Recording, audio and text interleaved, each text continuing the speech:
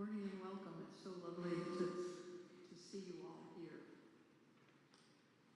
We welcome all of us here in person, and we welcome everyone joining us via YouTube.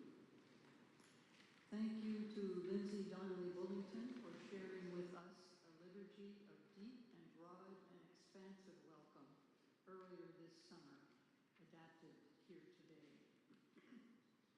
We welcome people who are UUs and people who are not, people from all faith traditions and people with no faith tradition. We welcome people who join us here this morning feeling hurt or disappointment, and people who come feeling joy. We welcome people of all ages, chosen and biological families, and our elders, those here in our lives and those who have passed away. We welcome people with disabilities, visible or invisible. We welcome people who feel recognized and people who know they are more than any list of identities. We welcome people of all genders, people who use many words to describe their gender, and people who are questioning, and people for whom none of the labels fit. We welcome people whose ancestors came from Africa, Europe, Asia, the Americas, anywhere on earth, people of all races, people who are indigenous to this land, and people of mixed, multiple descents. We welcome the spirits, presence, and memories of those who have died.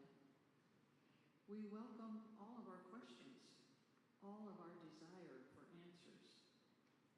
However you meet us today, thank you for coming and welcome to First Church in Boston.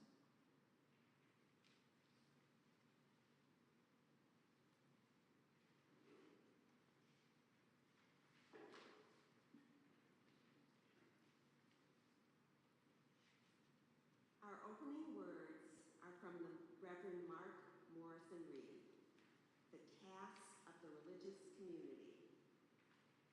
The central task of the religious community is to unveil the bonds that bind each to all. There is a connectedness, a relationship discovered amid the particulars of our own lives and the lives of others. Once felt, it inspires us to act for justice. It is the church that assures us that we are not struggling for justice on our own, but as members of a larger community. The religious community is essential, for alone our vision is too narrow to see all that must be seen, and our strength too limited to do all that must be done. Together, our vision widens and our strength is renewed. Please rise in body or spirit and join together in singing the opening hymn in the great hymnal, number 188, Come, Come, Whoever You Are. We will sing it through twice.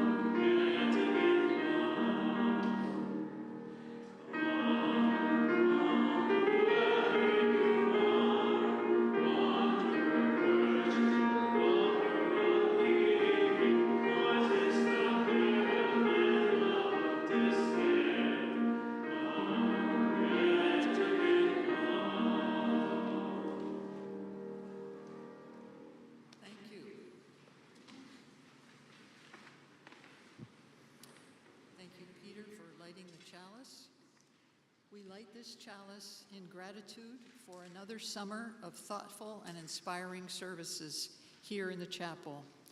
and for the new church year in front of us, full of possibilities. In the words of Viola Abbott from the UUA Widening the Circle of Concern study guide, may lighting this chalice illumine our way as we set about doing the work of this congregation in commitment, in cooperation, and in love. For our affirmation today, we'll sing together in your hymnal, the gray hymnal, Spirit of Life, which is number 123.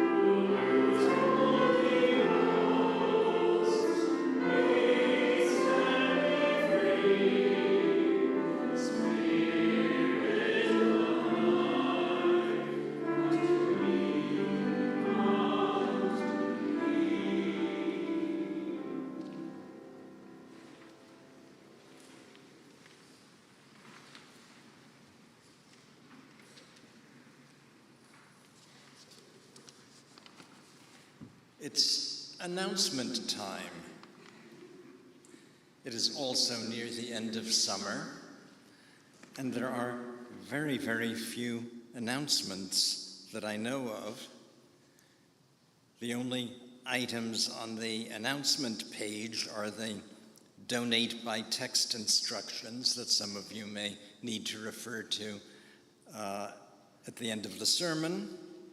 And coffee hour, there's always coffee hour. We always call it coffee hour, but in the hot weather, most people go for the iced tea or the lemonade. But there's always something to drink, and someone usually turns up with a coffee cake or something else to nibble on, some fruit, some cheese and crackers. I have no idea what it will be, but it will be worth hanging around if you're free, if only for the good company, including yourselves.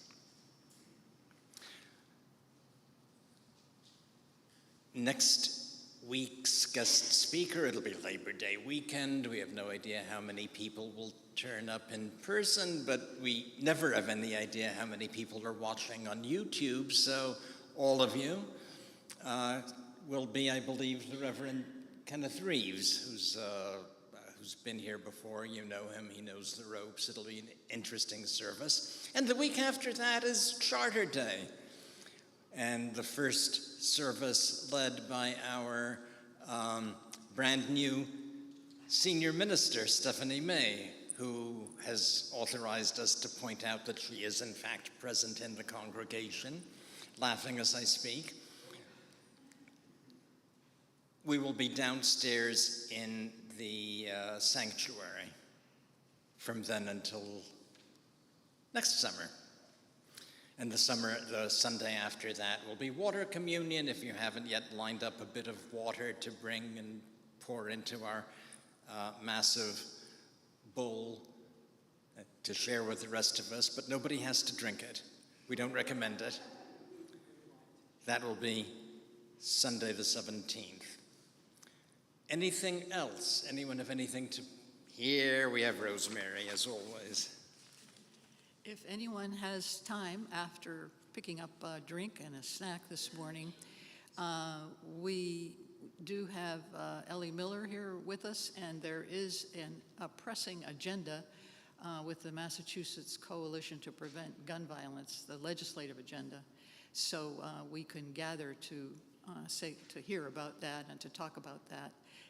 for those who can do that today. The other thing worth mentioning, I think, is, this is the weekend of the 60th anniversary of the 1963 gathering of 250,000 people in Washington, D.C.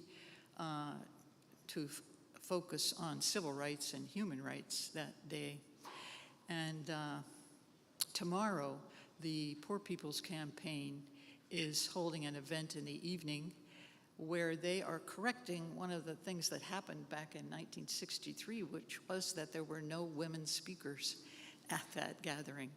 So tomorrow evening, all of the speakers at the gathering with the Poor People's Campaign will be women, and that promises to be an interesting event. I can't give you the exact connection, but I think if we Google Poor People's Campaign, and if you can't find it, let me know via email, and I'll figure out how to do that. Thank you.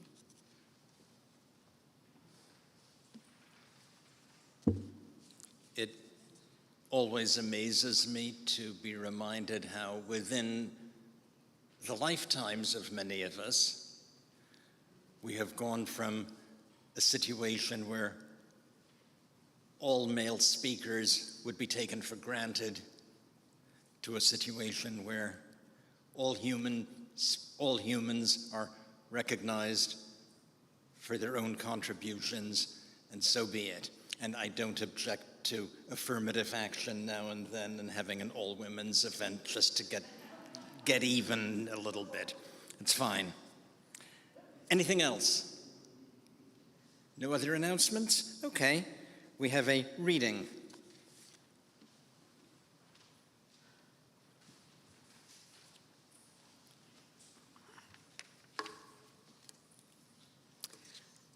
Our reading this morning is a letter to our better angels, written by the Reverend Sean Parker Dennison. Dear angels, it seems important to begin by making it clear that we are not talking about celestial winged beings. This letter is addressed instead to our better selves, the people we hope we will be when necessary. We might also note that we more often excel at our self-appointed role and as advocate for the devil, a requisite position that is also, if you ask us, not literal, but theoretical, and therefore without consequence. We are writing to let you know that we feel your presence insufficient and unpredictable. And when we inquire about how to make you more dependable, we are offended by and opposed to the level of accountability required. We are hoping to make arrangements for an increase in the percentage of goodness and presence of admirable qualities in ourselves and in others, especially in others. We respectfully request that this come easily and with immediate delivery, a dependable warranty, and at no extra cost. We would be even more pleased if it could be arranged for us to become better people without needing to change, or to consider any needs but our own. It would also please us if our status as increasingly good could be noted in some way, perhaps a cookie, a badge, a halo, as long as it's comfortable. We hope you will consider our request as soon as humanly possible and not in angel time. We have already waited a long time, unaware of the seriousness of the situation, the disrepair to our reputation. Please expedite our request. We have only just noticed the world is ending.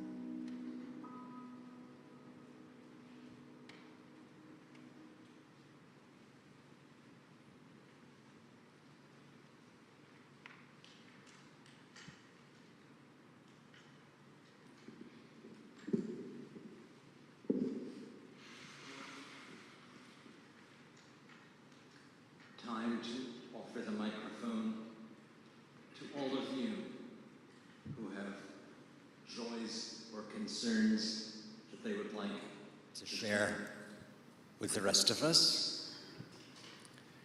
Visitors are welcome if they want just to come up and introduce yourselves and say anything you would like us to know about where you're from, how you found us. Anyone?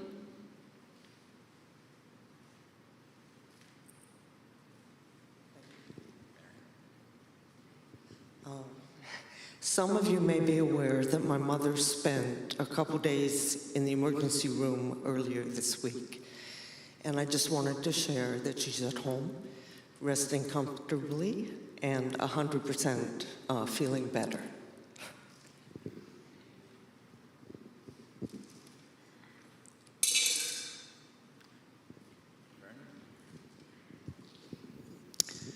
I'm glad Joan is home and doing well. I'm so sad for our country on the anniversary of something that was so hopeful. There was hate expressed and a massacre of Black people, Black, white, brown, just people that were just going about their lives. And the young man wrote these manifestos and also killed himself. So I am just sad for our country and sad for those people that lost loved ones. Oh. Thank you, Peter. Thank you, Fern. From the music department. If you don't know me, hi, I'm Alex. I am from Virginia. I took a trip down there this past week and two, and it was mostly to go on a vacation with my siblings, but also because my mother has cancer. And she ended up in the hospital. She has stage 3 colon rectal cancer, and she has a rare enzyme deficiency where she couldn't break down the chemo that was in her system, so it was just building up and building up all the poison.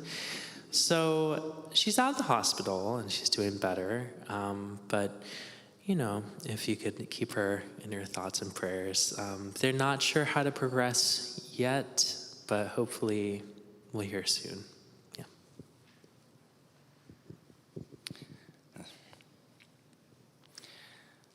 Well, I would like to drop a pebble in thanks to Alex and Bob for the excellent music this morning.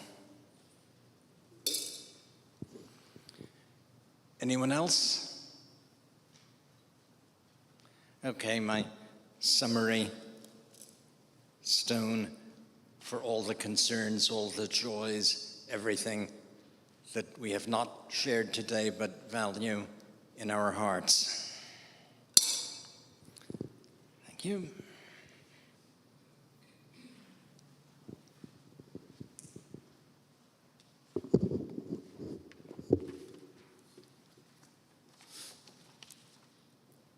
Let us pray.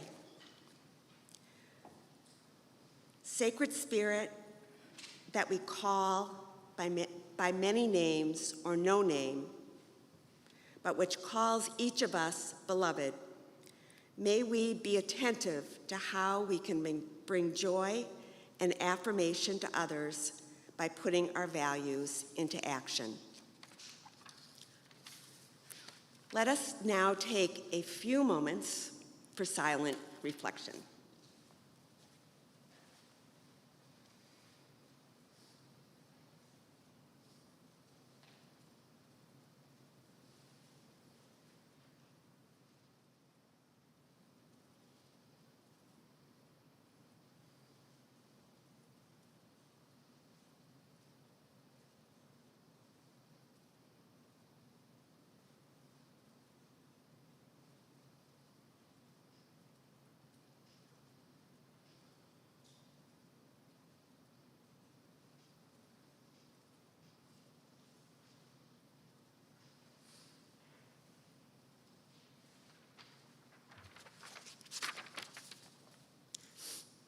Amen. Our responsive reading this morning is in your order of service. It is Letter from Our Better Angels, also by Sean Parker Dennison. Dear ones, we have received your letter, and we hate to tell you, not hate so much, but are a bit afraid to say we cannot grant your requests as stated, but can only remind you of familiar things. First, faith. Faith in yourself and trust in others. We know it can be terrifying to be vulnerable, but only when you share your softest side will we be able to break through. Next, hope. Hope is not an empty fairy tale. It is the true story of all the times human beings like you have found a way to create the future, though you didn't know how. And of course, love.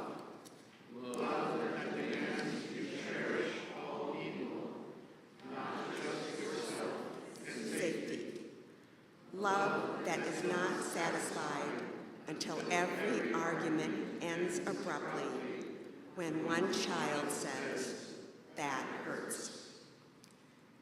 There is so much to learn and relearn. The world teaches you to be hard, to negotiate and to defend, to avoid giving too much and to the wrong people. There are no wrong people. You also are not wrong. And when you encounter the poor, the broken, the unhoused, and unwelcome, you are looking, if you pay attention, at us, calling you to answer your own prayers. If you want to change the world, first, be sure you are changing yourself. Be tender, be kind, be at peace. Be all the things you wish for. Be your own better self. It isn't without cost, but it will be free.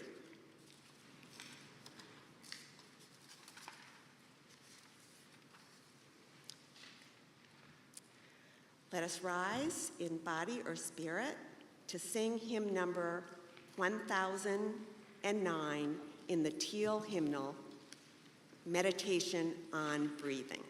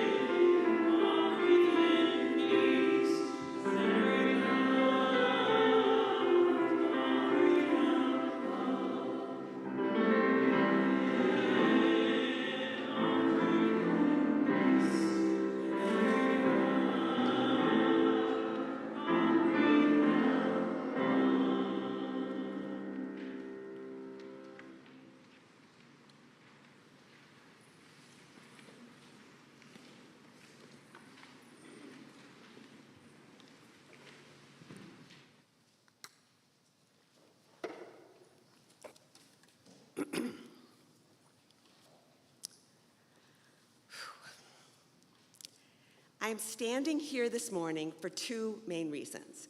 First, because Rosemary asked me to do this service with her, and I couldn't say no. And because the ideal of social justice is something that is dear to my heart. I attended Harvard Divinity School in the early 1990s, but I never intended to become a parish minister, for the very reason that having to come up with a sermon week after week was a terrifying thought. So this is my first effort. Besides not having any claim on being a preacher, I also do not claim to be a social justice activist. Yes, I participated in anti-war and pro-choice protests, the AIDS walks, peace vigils, the Women's March, March for Our Lives. I show up at GBIO events and send emails to my legislators when called upon to do so. I did consider my work in public health for more than 30 years a form of social justice work, so I gave myself a bit of a pass for not being as much of an activist as I thought I should be. A large part of why I am a Unitarian Universalist is because of our denomination's historic commitment to social and racial justice, to doing the work that has slowly, painstakingly, over time, served to bend the arc of justice a bit closer, arc of the universe a bit closer to justice. The work of repairing the world, tikkun olam. And something more, sitting in the pews on Sundays, attending meetings and catching up at coffee hour, knowing that I am with people who hope, often against hope, for a better, more just and equitable world helps to sustain me in these very challenging and frequently heartbreaking times. Reverend Ashley Horan serves as the organizing strategy director of our Unitarian Universalist Association. She leads the organizing strategy team that holds all the, quote, outward-facing justice work of the association under the banner of Side with Love. And its related campaigns, You the Vote, Create Climate Justice, Love Resists Criminalization, Detention, and Deportation, and Uplift Action for LGBT gender and reproductive justice. Here are her words on social justice and Unitarian Universalism. As UUs, our faith demands that we put our values into action. We know that both our people and our planet are sacred. We know that the beloved community is not complete without the sacred presence of everybody. And in my view, that calls us to widen our circle of concern. We often point with pride to individual Universalists and Unitarians who have spoken truth to power and who have been at the forefront of social justice movements, including abolition and civil rights, women's suffrage, advocacy for LGBT rights, and marriage equality. Here are a few of the UUs who made a difference from a list I found in the UU world. Henry David Thoreau, Frances Ellen Watkins Harper, a Black writer and Unitarian who implored white suffragists in 1866 to rise above their airy nothings and selfishness and build a truly inclusive movement. Reverend Joseph Jordan, the first Black Universalist minister who launched a school for Black children in Virginia and was part of a broader movement to support Black people through Jim Crow. Martha and the Reverend Waitstill Sharp, who established what is now the UU Service Committee and organized the rescue of hundreds from the Nazis.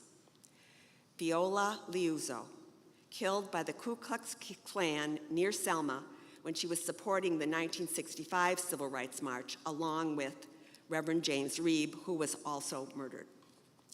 Julia and Hillary Goodrich, who were 2 of 7 UUs among the plaintiffs in Goodrich versus Department of Public Health, the case that brought marriage equality to our state in 2003 and paved the way for national marriage equality in 2015. And finally, Alondria Williams, 1979 to 2020, an economic and racial justice organizer and trainer, a founder of Black Lives of Unitarian Universalism, and who served as co-moderator of the UUA with the Reverend Mr. Barb Grieve. And we could all list many more. And yet, lest we not get too complacent, We cannot forget that there have been many times throughout the history of our denomination when Unitarian Universalists, individually and collectively, have not come down on the side of justice. Many Unitarians in the North were not abolitionists and, in fact, profited from the system of chattel slavery. Less widely known, perhaps, is that the support of many Unitarians and Universalists, including clergy, of the eugenics movement of the first decades of the 20th century. And again, there are many other examples. Daniel Lawler, our last ministerial intern, and we hope we get some more with Reverend Stephanie, played an important role in First Church's efforts to uncover our past and to understand the role of Unitarians and Universalists and their Puritan forebears in promoting and hindering racial justice in Boston and beyond from the 1600s through the Civil Rights Movement. This effort began with the learning community in the fall of 2019 when we heard from a curator from the MFA, where the church's silver collection is stored. We had learned previously that some of that silver was donated by wealthy parishioners who had profited from the transatlantic slave trade, and church members were divided over what to do about it.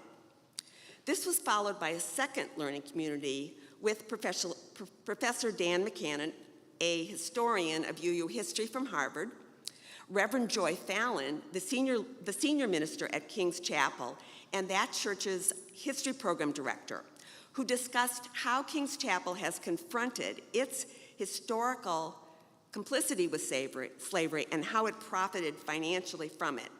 King's Chapel has produced an extensive report on this work. It's really interesting, and it can be found on the church's website.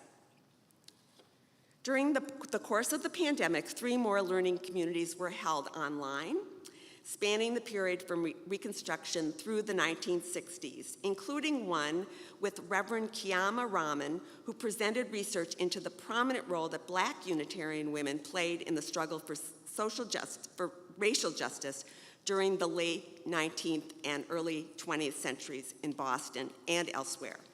More recently, we have continued our racial justice studies, reading together the Indigenous Peoples' History of the United States and Clint Smith's How the Word is Passed, A Reckoning with Slavery Across America.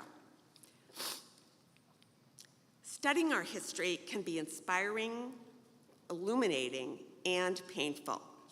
We can react defensively, especially if the injustices of the past that are revealed hit close to home. Some would say that what's past is past, that we can't change history, and we really shouldn't judge our forebears' attitudes and actions too harshly, as they were products of their time. Best not to dwell on the past, focus on the present, and work to make things better in the future. The UUA's Reverend Ashley Horan believes otherwise. Here's an excerpt from her Berry Street essay presented to her Unitarian Universalist ministerial colleagues gathered for the 2017 General Assembly. We must reclaim our ancestors and our history, both that which nurtured death and that which planted seeds of life. Susan B. Anthony's fierce feminism and her racism, our congregation's civil rights work and our white flight, our denominational commitments to becoming anti-racist, and our defunding the very work to do so. Our history is not our fault, but it is our responsibility. In accepting this, we will find a sustaining connection to our ancestors who resisted, who struggled, who passed along the unfinished work of their lives to us. So I've been talking primarily about UUs living their values or falling short in the wider world. But what about the times UUs have failed to live up to our principles and values within our congregations and within our denomination? Reverend Horan delivered her talk 3 months after a hiring decision by the Unitarian Universalist Association roiled our denomination. This decision, in which a white male was hired for a leadership position over a person of color, and the controversy that followed, led to the resignation of the UUA's president, Peter Morales, 3 months before the end of his term. In response to this crisis, which actually had been building for many years, the UUA's Board of Trustees, our UUA's Board of Trustees, announced and chartered the UUA Commission on Institutional Change and charged it with supporting long-term cultural and institutional change that redeems the essential promise and ideals of Unitarian Universalism. To fulfill this charge, the Commission was tasked with conducting an audit of the power structures and analyzing systemic racism and white supremacy culture within the UUA. The Commission worked for 3 years and published its report, Widening the Circle of Concern, in June 2020, just in time for GA, the first GA that held virtually due to the pandemic. This report and all the changes that have resulted from it since goes hand in hand with our denomination's outward-facing justice work, like Side with Love, that would be less authentic and effective without it. You can find this report on the UUA's website, along with the study guide for congregations that has been developed and 3 years of progress reports, because accountability has actually been built in to the recommendations of the report. Perhaps we will choose to look at it more closely in the future. I will close with the words of Reverend Susan Frederick Gray, our association's president for the last 6 years, as she passes the baton to our new association president, Sophia Betancourt. I know we're going to have a great president of our association. I know the work that we've been doing is going to continue. We have our work cut out for us in terms of the struggles for justice. We recognize that this is no time for a casual faith and no time to go it alone. I'm excited for the ways we're going to keep moving ahead.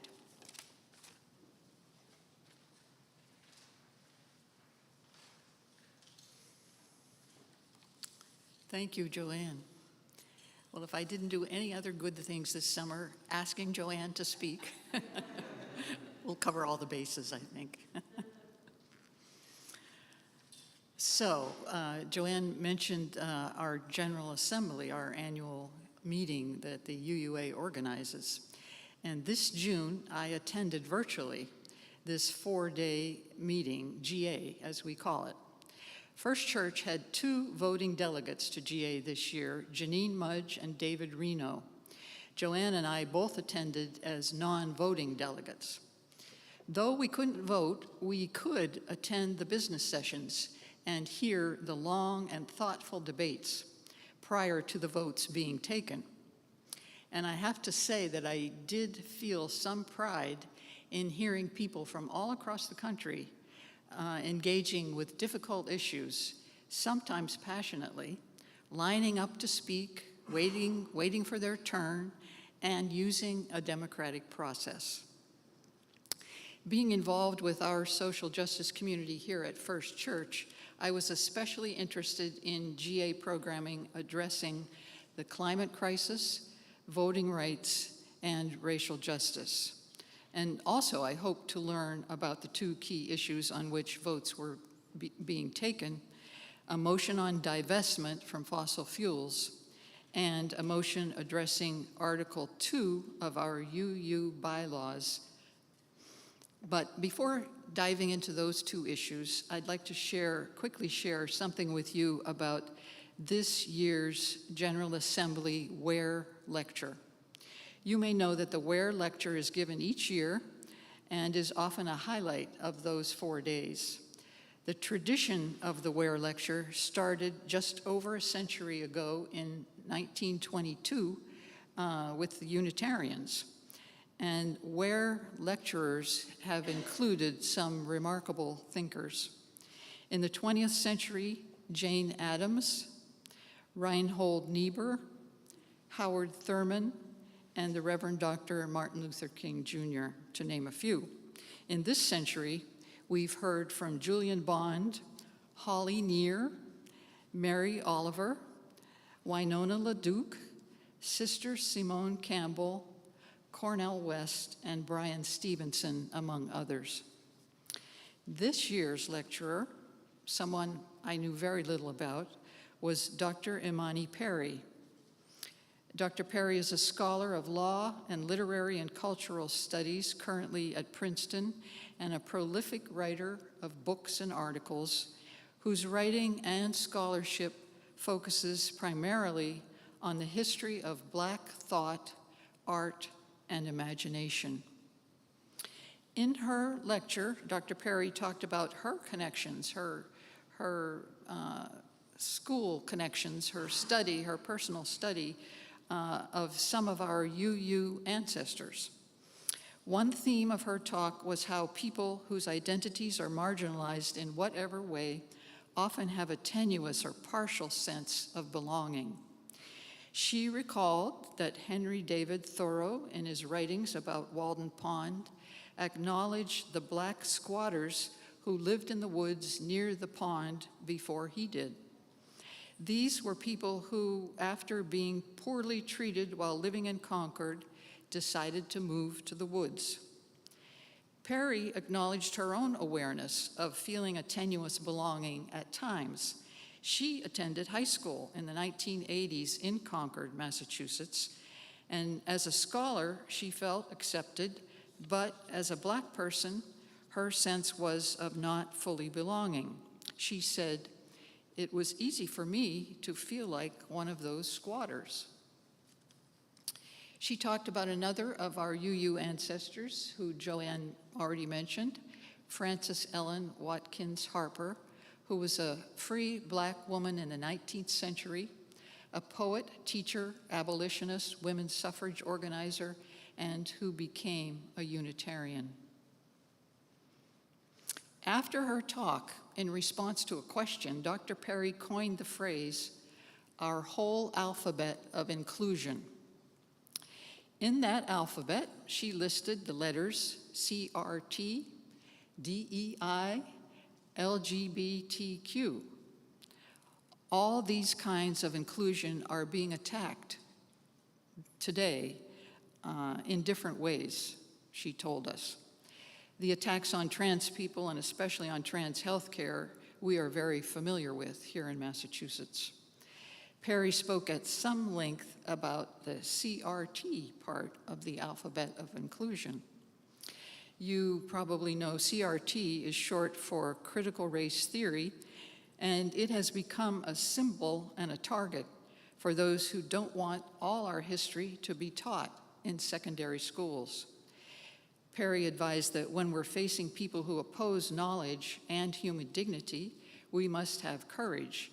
We must read the banned books and be disobedient to unjust laws.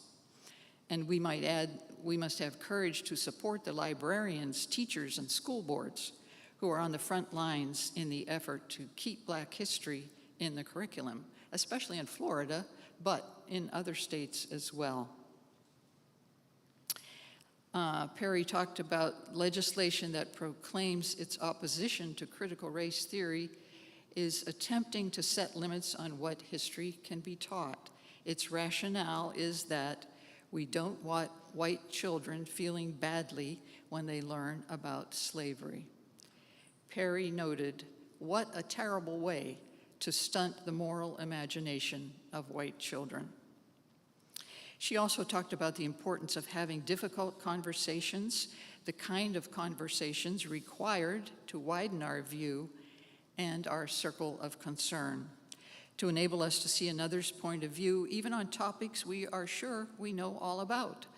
The example she gave in her own life was on the topic, the apparently non-controversial topic of how to make grits. Perry was from Alabama, and she was pretty sure she knew all about how to make grits and was surprised when she realized that she had more to learn. She reminds us that we need humility and grace to change our thinking, whether it's an issue as relatively simple as making grits or perhaps as complicated as facing the history of how our ancestors were profited from the slave trade. And she reminds us that we will be both wounded by and inspired by our history. Her advice is that the most important step in the way forward is to learn to hear all the voices of the past. So now let's get back to GA and the two important issues that were voted on. All the issues were important, but these were the two key ones. First, the Article 2 motion. This was the easier one. Most of us here at First Church have just begun to think about Article 2, and we won't get into the weeds of what it is today, but in a nutshell, it's the part of UUA bylaws, principles, and purposes, and is the foundation, actually, for all the work of the UUA and our congregations. So it's an organizational foundation. And as Joanne explained, for a few years now, there has been work done on revising how we work together. And so this means revising Article 2. The motion being voted on was simple. The voting delegates were just saying yes or no to the question of will we continue another year thinking and discussing the changes that have been proposed for Article 2. So it wasn't that hard to say yes to that. To continue discussing, that's something we like to do, right? The vote on divesting from fossil fuels was another matter. The title of the resolution was Complete Divestment from the Fossil Fuel Industry and Subsequent Reparations. It had been proposed by UU Young Adults for divestment, and it failed to win approval. The vote was 68% against and 32% in favor. The process prior to the vote had been the same, with people testifying in favor of or against passing.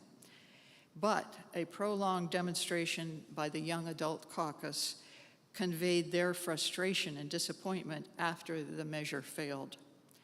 And after GA on June 30th, in a letter to the Young Adult Caucus, both the outgoing and incoming presidents of the UUA wrote to the caucus, acknowledging that, quote, our systems to provide support to our young adults failed to do that at the General Assembly.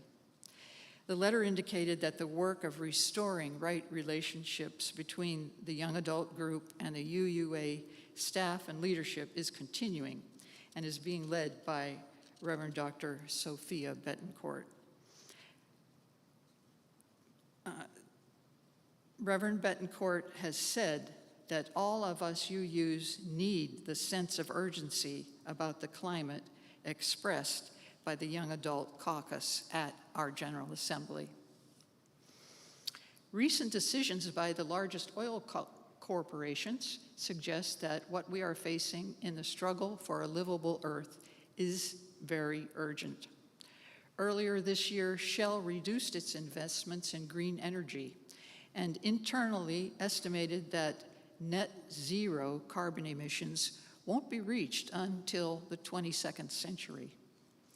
Who knows the condition our Earth will be in by then? Total Energies, one of the 5 largest oil corporations, has put its profits into expanding new fossil fuel projects even faster than the other 4, Chevron, Exxon, Shell, and BP.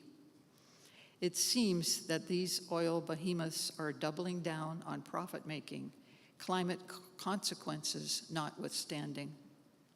And this while we see the fires in Canada, Hawaii, Greece, and elsewhere, all on a scale we couldn't imagine until this year.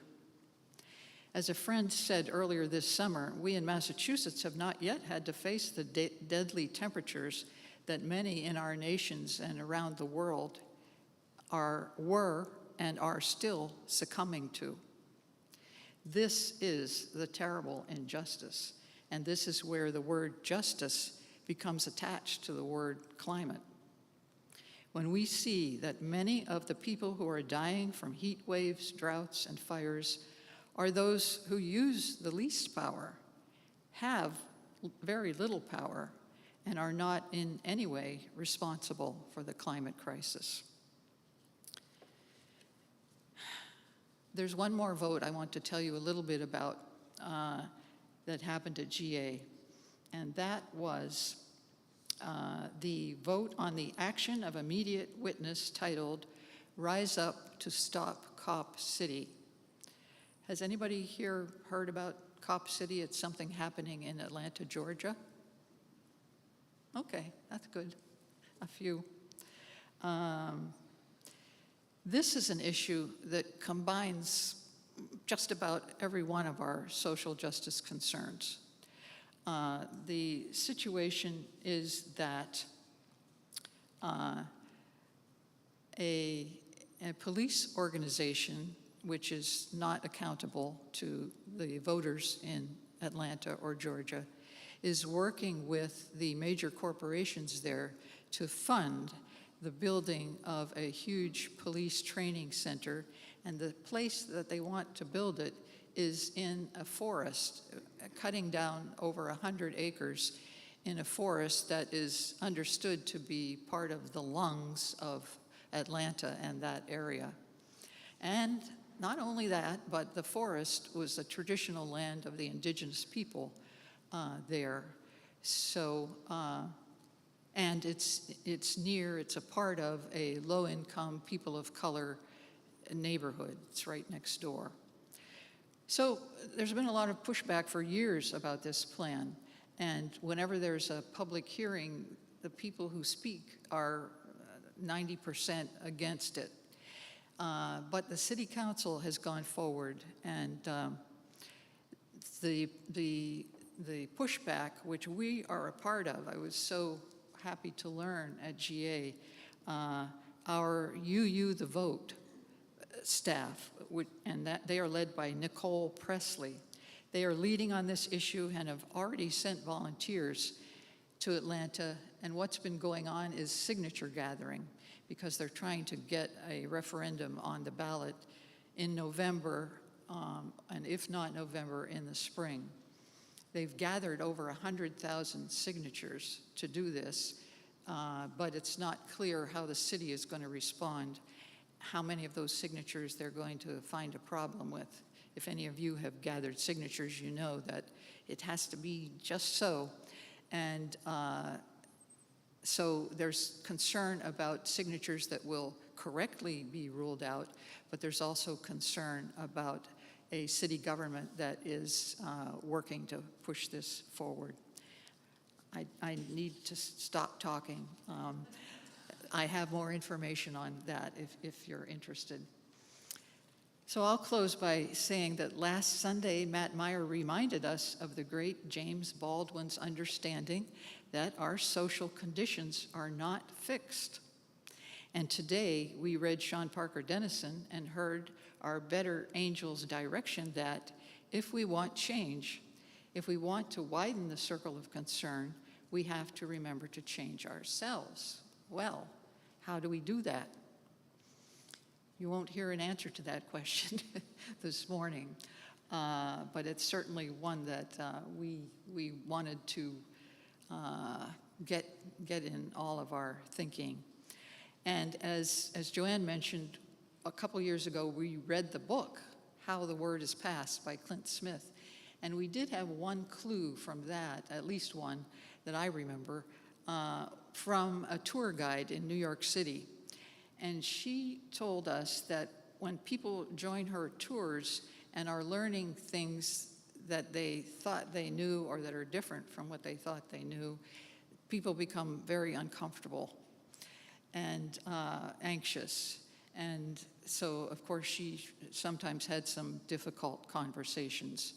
But that is a clue for us that if we're feeling uncomfortable when we're hearing part of our history that we didn't know, that could be a good thing. So that's one thing to keep in mind. My brother, Harrison, is a few years younger than I am.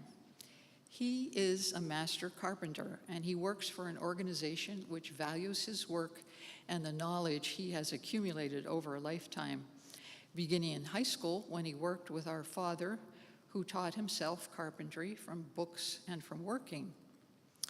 After graduating from college with a degree in political science, Harrison took a job with a company doing restoration work. And he learned restoration carpentry by taking down 18th and 19th century homes with great care and attention, and then preserving and restoring them in the location of choice of the new buyer of the old home. Some modern amenities were added to the homes without changing the beautiful symmetry of the original. A recent article about his work was titled, "The Best of the Old and the New." So, of course, I think we're all thinking now that could be our slogan here at First Church of Boston. We are definitely an old institution with a very long history that has undergone many transitions over the past nearly 400 years. And now we are beginning another one with our new senior minister, the Reverend Dr. Stephanie May. As we engage with the world and widen the circle of concern, may we welcome the discomfort that goes with new learning and with unlearning some things we thought we knew. May we be open to changing ourselves as we build the beloved community, combining the best of the old with the new. May it be so. Thank you. Now, please join in the care and sustenance of this community with our morning offering.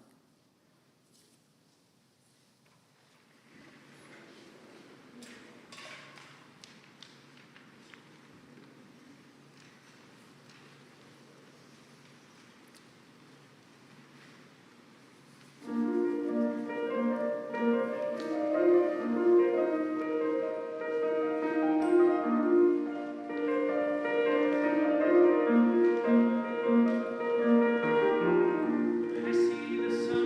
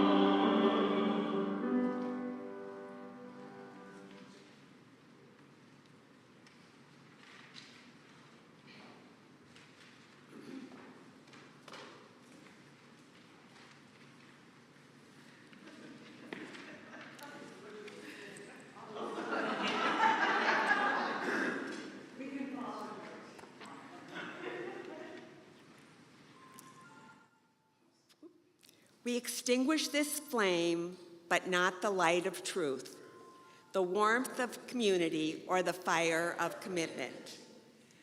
These we carry in our hearts until we are all together again. Okay, good.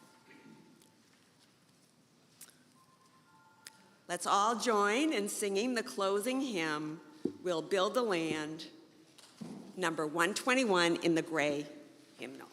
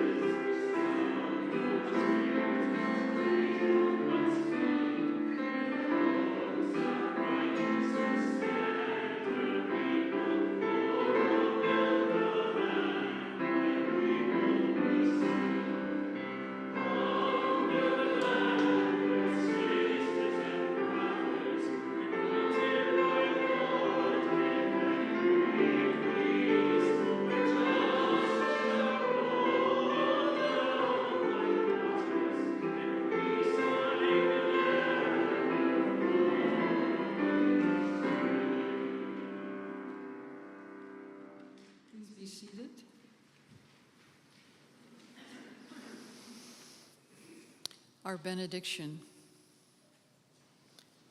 Hope is not an empty fairy tale. It is the true story of all the times human beings like us have found a way to create the future, though we didn't know how.